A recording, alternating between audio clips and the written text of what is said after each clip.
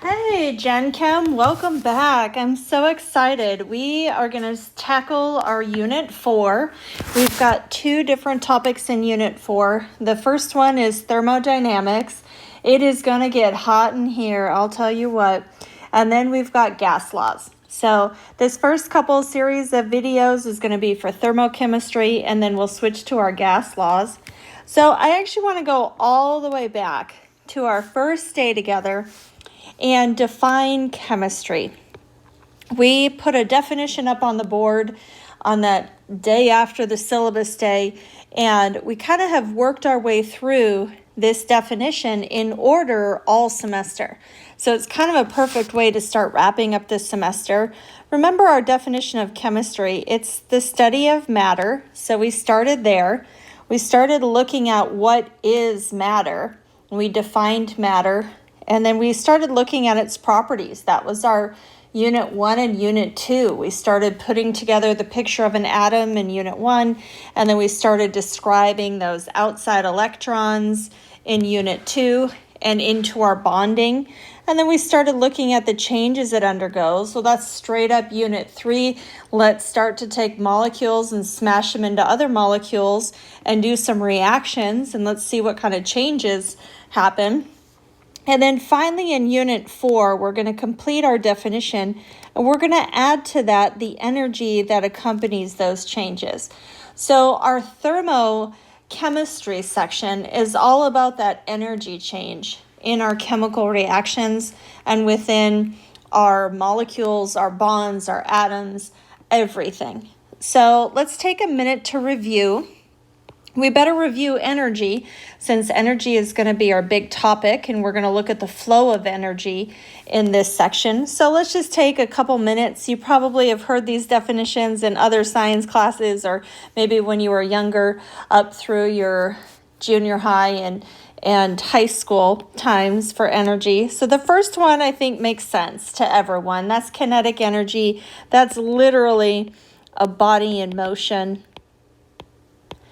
That is kinetic energy. So for us, where do we see kinetic energy in chemistry?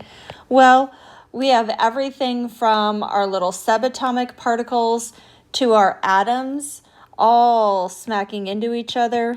We're going to see this in our gas laws as well. We've got a whole lot of collisions. We've got lots of bodies in motion in chemistry. You just can't always see it. Okay, and then our other kind of energy, our second kind of energy that's very typical is potential. And that is sometimes called stored energy. Lots of deep physics moments with this one, but let's keep it just in terms of chemistry. Where do we see potential energy or stored energy? We're going to notice that that's in our bonds.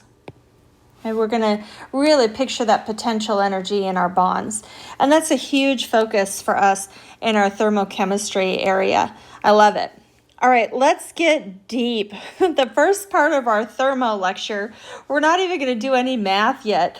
We're going to do math in our later videos. This first video, we're just going to define stuff. So let's get real. Let's start with internal energy. So if we are going to decide and discuss energy in our chemistry, we better actually think about what that is. So anytime we're talking about a system, so let's just picture the easiest system I can think of, a beaker full of water. And let's see if we could picture the energy in that beaker full of water. So our energy for this whole system is going to be that total of all of that kinetic and potential energy.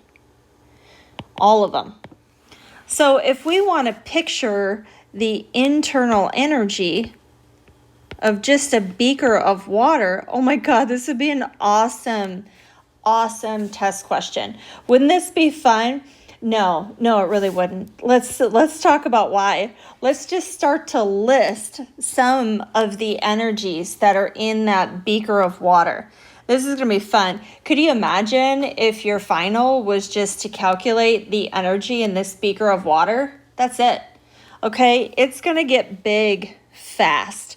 Let's just start with water. We know from Unit 2 how to draw that structure.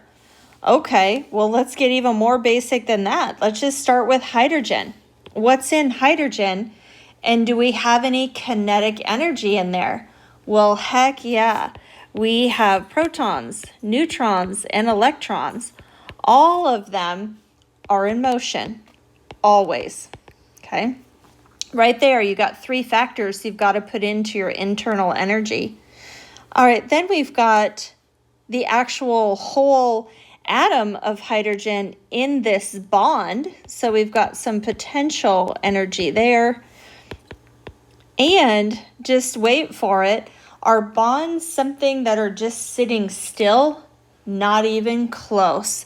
There are up to, and I am not even kidding, 27 different motions just in a bond. So in that single bond, we have up to 27 different motions just within that bond. You could almost picture that bond like a spring. You've got all kinds of motions between those 2 atoms. They could be scissoring, they could be pulling on 2 ends of that slinky. And then we also have things that are called vibrational modes. We've got all kinds of forms of energy just within that bond, okay? And then we've got the oxygen atom, right? Doesn't that atom have protons, neutrons, and electrons? And aren't they all in motion? Okay, so already we're pushing, what, 35 different energies, all just in our water molecule. All right, that's pretty crazy because we haven't even put more than 1 molecule together in our container. So we haven't even talked then, aren't we going to have the kinetic energy of literally water smacking into water? Yes. So I bet even within 5 or 10 minutes, we could get close to listing 50 different energies within that beaker of water. So you see, just in a couple minutes, that would be the world's worst test question because, oh my word, it's almost like that would be impossible. You could maybe nowadays in 2020, with a little bit of boredom and a whole lot of software, you can get to those estimated calculations, but they're going to be an estimate. You've got an awful lot happening with energy just in an innocent looking beaker of water. So does that mean we're out of the water? Holy cow, this is the shortest unit ever, because we have to kind of admit we can never really calculate the internal energy.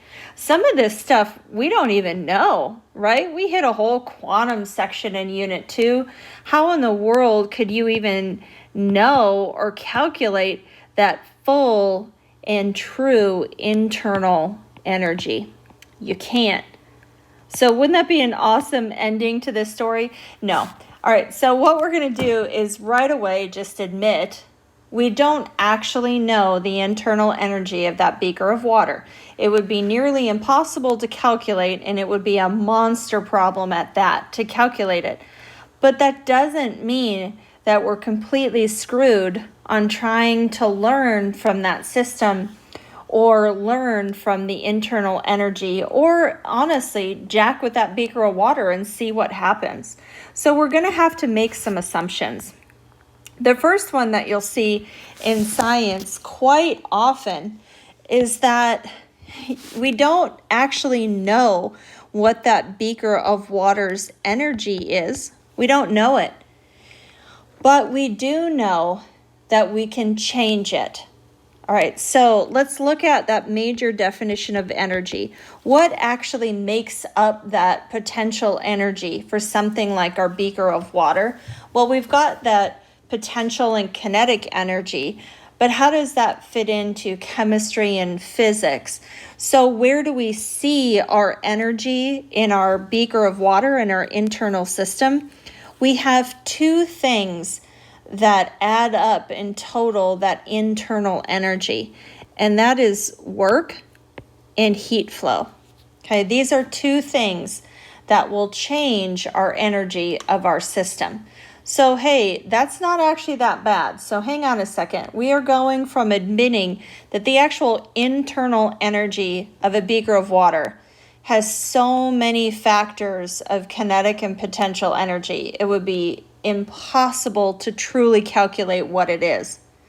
But if we want to make a change to that internal energy, how we can do that and how a system like your beaker of water can change in energy, there are only two factors. And that little Q is our heat flow, and that W is work. All right, so we've got these two ways that we're going to monkey with the internal energy in our beaker of water. And you do this every single day without thinking deep about it. So today is Dr. Phil Day. Let's get in touch with our feelings. We're going to talk deep about our energy and how we can make changes to it. Let's tackle the more straightforward one first, work. All right, where do we see work in a system in chemistry? Well, the only way we're going to see work being done is if we have something called a closed system. Now, let me give you an example of that. Okay. Now, physicists love this part. And so we're going to kind of cancel it out. But if you're in physics now or you're headed to physics, you're going to notice that instead of an E, you're looking at U as your variable. That is because you're looking at a closed system. We are going to keep everything open. We're so open in here. We're just open-minded. So we're going to keep everything open. Let me explain. We will see some closed systems with our gases. It turns out gases, when they're in a sealed container, can do work. All right, I better write that out because that was a lot. And where do we see work? Well, when you were kids, you ever have some fun and chuck some dry ice into a balloon? What happens? As it warms up, you literally see that balloon expand. Pushing that balloon to expansion is work. You literally pushed something. Where do you see this every time you drive somewhere or you get a ride somewhere? The pistons in your car. That is a combustion reaction. You're producing a gas. That gas literally pushes your piston. It pushes a valve in your piston. That is work, and it's work done by gases. So 80-90% of chemistry, however, is not gas and it's not sealed. So the only time we're going to see work is if it's in a closed system and you have a gas. So we're going to start by saying, no, I'm going to look at just a beaker of water. Now, my beaker of water is not in a balloon. It is not in a sealed system.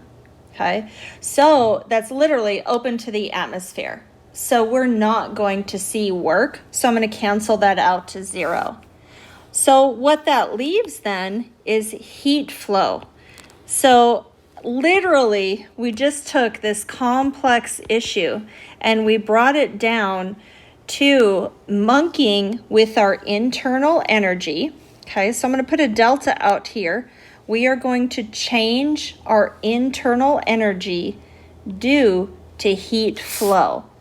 All right, I better say that again. That is deep. So when you have a change in your internal energy due to heat flow only, so in other words, we took out the work, we are just changing our heat flow. This is called enthalpy. Enthalpy is our first round, let's spell it right.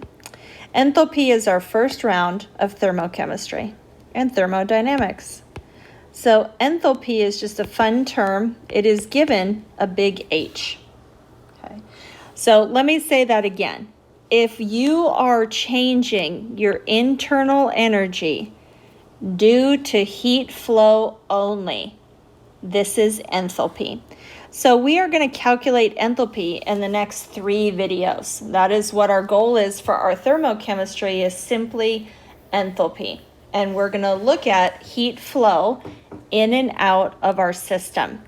Okay, now let's just bring this home. This is so deep. So let's think about it for a second. You are taking your spaghetti, you're starving, you are on your pandemic stay-at-home orders, and you are starving, and you happen to get that last box of pasta from H-E-B before everything went crazy, and you stick it in some water. You have to rehydrate it, only you're starving. What do you do to speed up that process? What is the one thing we do all day, every day in our kitchen that is absolutely enthalpy?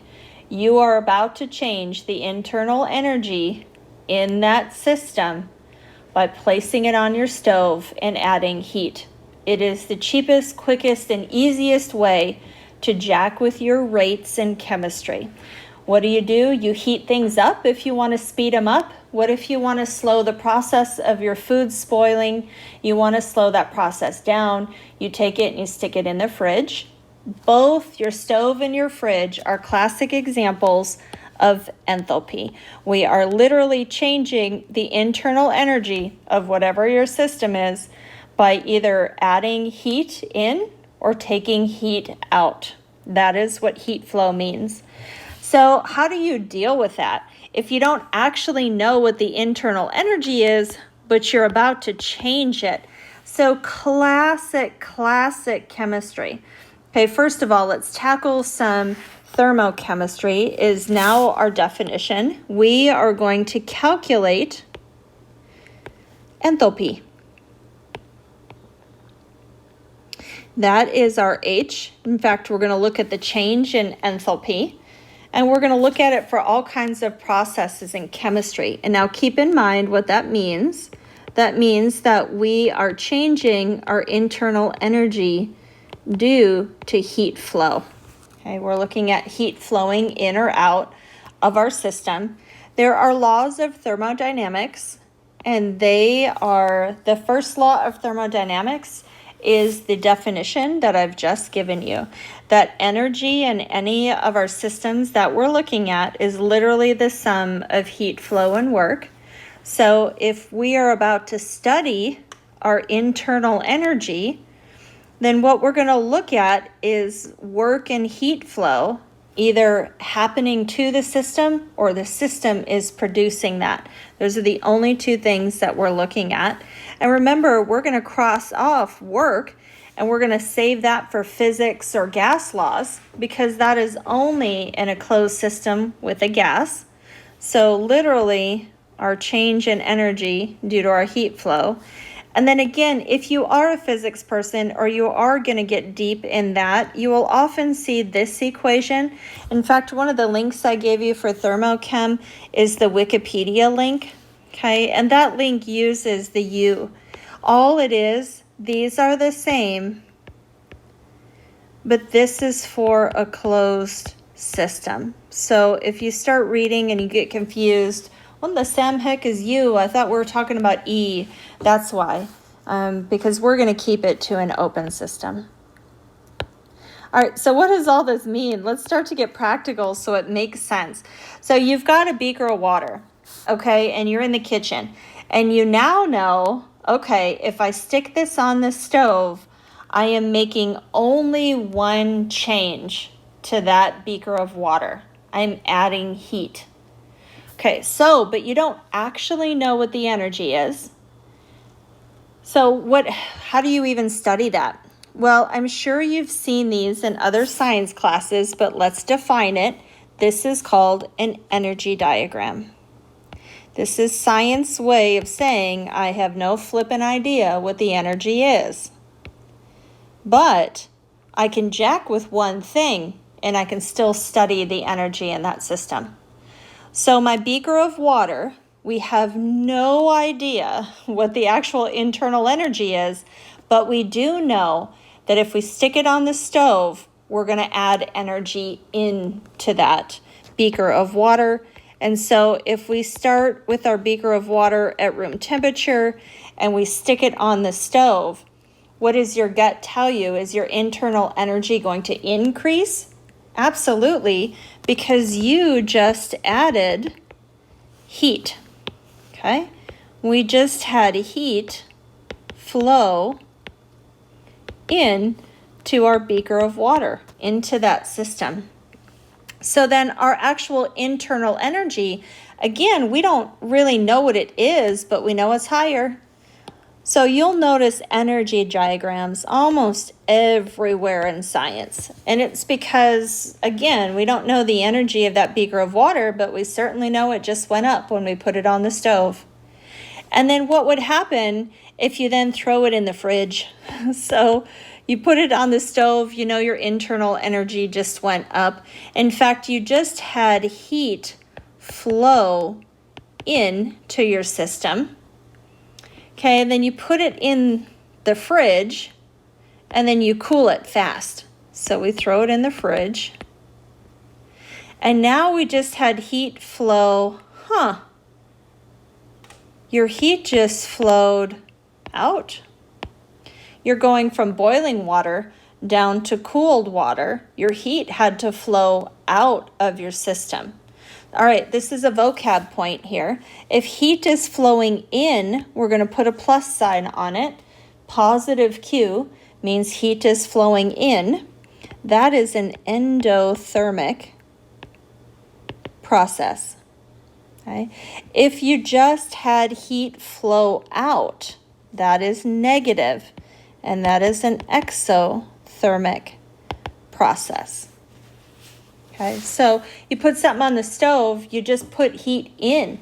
This is where you need to keep track of two important vocab words. Exo and endothermic, you'll see those in other science classes, but also system and surroundings, because your heat is flowing from one place to another. This is another law of conservation of matter and energy. We can't actually create energy, it's just flowing. It's moving. So our energy is flowing in our thermodynamic system, but let's think about it. It's flowing from, wrong pen. It's from the stove to the water in your beaker. Okay, so that means that it is flowing into the water in your beaker, but it is flowing out of your stove. So we're calling our water our system, and everything else is the surroundings. So that would be the stove, that would be the flame or the hot burner, that would be the beaker that's holding the water. Everything else is the surroundings. So you always want to keep track of your system so that you can get the signs right for your heat flow. Okay, awesome. So I love using the stove. It sounds super simple, but we don't really realize that we're just using thermodynamics every day. Every time we get anxious and we want to speed up the cooking process in our food, or we want to slow down the decay of our food, and we throw it in the fridge. So this is why we would use an energy diagram. Again, we don't actually know our internal energy, but we can see a change.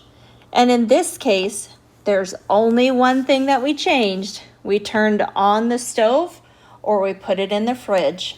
Okay, that is it. So we don't actually have to know the internal energy. We just know the one thing that we're changing.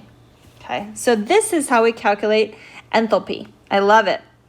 So now let's put this into some chemistry, not just a beaker of water. So I'm going to throw out an idea for you. I'm going to put a little energy diagram on here, and I'm going to throw an idea out there. What if we took one of our formation reactions from our last unit? So let's make ammonia. I know we've seen this before. What would make ammonia, nitrogen, and hydrogen? And we're going to make ammonia. Now, in the test that y'all are taking now, what kind of reaction is this? Oh, it is a formation reaction. Okay, it is a combination. It's a redox, but most importantly, we're going to call it a formation reaction. And why does that even matter? Why is that important? Okay, wait for it. This is so exciting. What is the one thing you're changing when you mix nitrogen and hydrogen and you end up forming ammonia? The only thing that is changing are your bonds. You are literally forming the bonds of ammonia when you mix those together in a formation reaction. Now, what would be super awesome is if you could literally measure the heat flow. And remember that heat flow is going to change your internal energy. And what do we call that when we have only heat flow and internal energy? That is our enthalpy. And in fact, we're going to call it enthalpy of formation. So what if you're in the lab, you take nitrogen, you take hydrogen, you mix them together, and you're able to measure that heat flow? We can absolutely do that. Stick a thermometer in it, use an equation, and ta-da, you have your heat flow. And now what you've just figured out is called the enthalpy of formation. And that enthalpy of formation, literally, here's where it's so deep. If you forget everything in this video, but you remember this one thing, I love it. The one thing that has changed is the fact that you started with elements and you formed these bonds.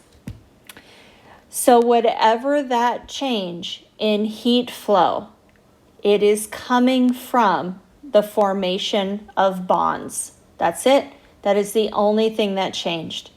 Your whole system, the only difference is you now just made those 3 bonds in ammonia. So let's put that on an energy diagram. Okay. So for ammonia, let's take a second. Let's actually balance it. So hang on, we got to put a 2 there. We got to put a 3 there. So for ammonia, the one thing that changed was that you just stuck a thermometer in it, you used an equation, and you got your Q, you got your energy flow, and you got your enthalpy, okay? Now, what's awesome is that the actual formation of ammonia has been around since the 1800s. It was what actually revolutionized agriculture in this country and global. So this has obviously been studied and not by us. So since this area of chemistry actually started in 1850s, there are a phenomenal number of tables that will already give us this. So I need to flip to PowerPoint for a second because the tables are too big for my Word. So I'm going to try and do it seamless so you think I'm a millennial, but I have a feeling it won't be seamless. So I'm just throwing that out there right now. So you need a table. I'm going to call this one our thermochemical table. And I'm going to show you a sample here on PowerPoint. So hang on one second. Oh my God, that made me look so pro, didn't it? Do you think I can write on it? Oh, shut the front door. My pens came with me. Oh my God, let me try and write on it. Oh, okay, hang on. That's a sparkle pen moment. Oh, does not make you happy? All right, there are standard thermochemistry and thermodynamic tables. You'll also need one for Gen Chem 2. This is a huge unit in Gen Chem 2 where we get a little bit deeper. Let's see what they're reading. Okay, they're literally telling you for that formula what the enthalpy of formation is. Okay, now let's look at the units for a second. We have enthalpy of formation.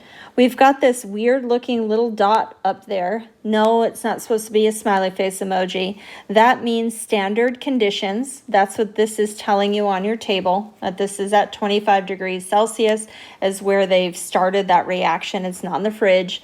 It's at standard room temperature. Okay, the F is for formation reaction, and then we know what enthalpy is. And then let's look at our numbers. So let's find ammonia. It's right here on our table. Okay, it is a negative 45.9. And then let's look at that unit. Kilojoule per mole. Okay, kilojoule is, of course, energy, and then per mole is what's referring to that we're making how much of this stuff. So that is how much energy is with 1 mole of our ammonia. So let's take this number back to our energy diagram, and we will come right back. There we go. All right, so now what does that number mean? I'm just going to write it here for a second. So our heat flow itself would be just the energy. What makes that enthalpy is when we then calculate it per mole. So they're literally the same number and then you apply your moles to that. So your heat flow will be for whatever your mole is in the lab. So let's say you do the reaction with 3 moles. Well, your heat flow then, you would need to divide by 3, and then you would get your enthalpy. So these numbers are quite related, just the difference is you're putting the mole in there. Okay, I wouldn't ask that in a test question. I just want you to know the difference between them. All right, and now in our minus 45.9, what does that mean? Okay, number 1, you have a negative. Remember what a negative heat flow means. That means that your heat is flowing out of your system. So if I just generically start with my N2 and my H2 here, if energy is flowing out of my system, am I going to put my ammonia down here or up here? Oh, down here. That is how much energy just flowed out of your system.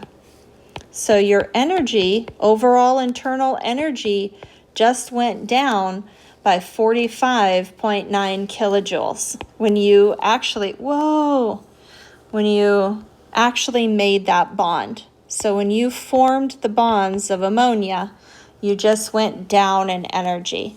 Now let's calculate for that moles. Remember, we balanced our reaction. How many moles of ammonia did we just make? 2. So if you literally did this reaction as drawn, you would get 92 kilojoules in energy coming out at you.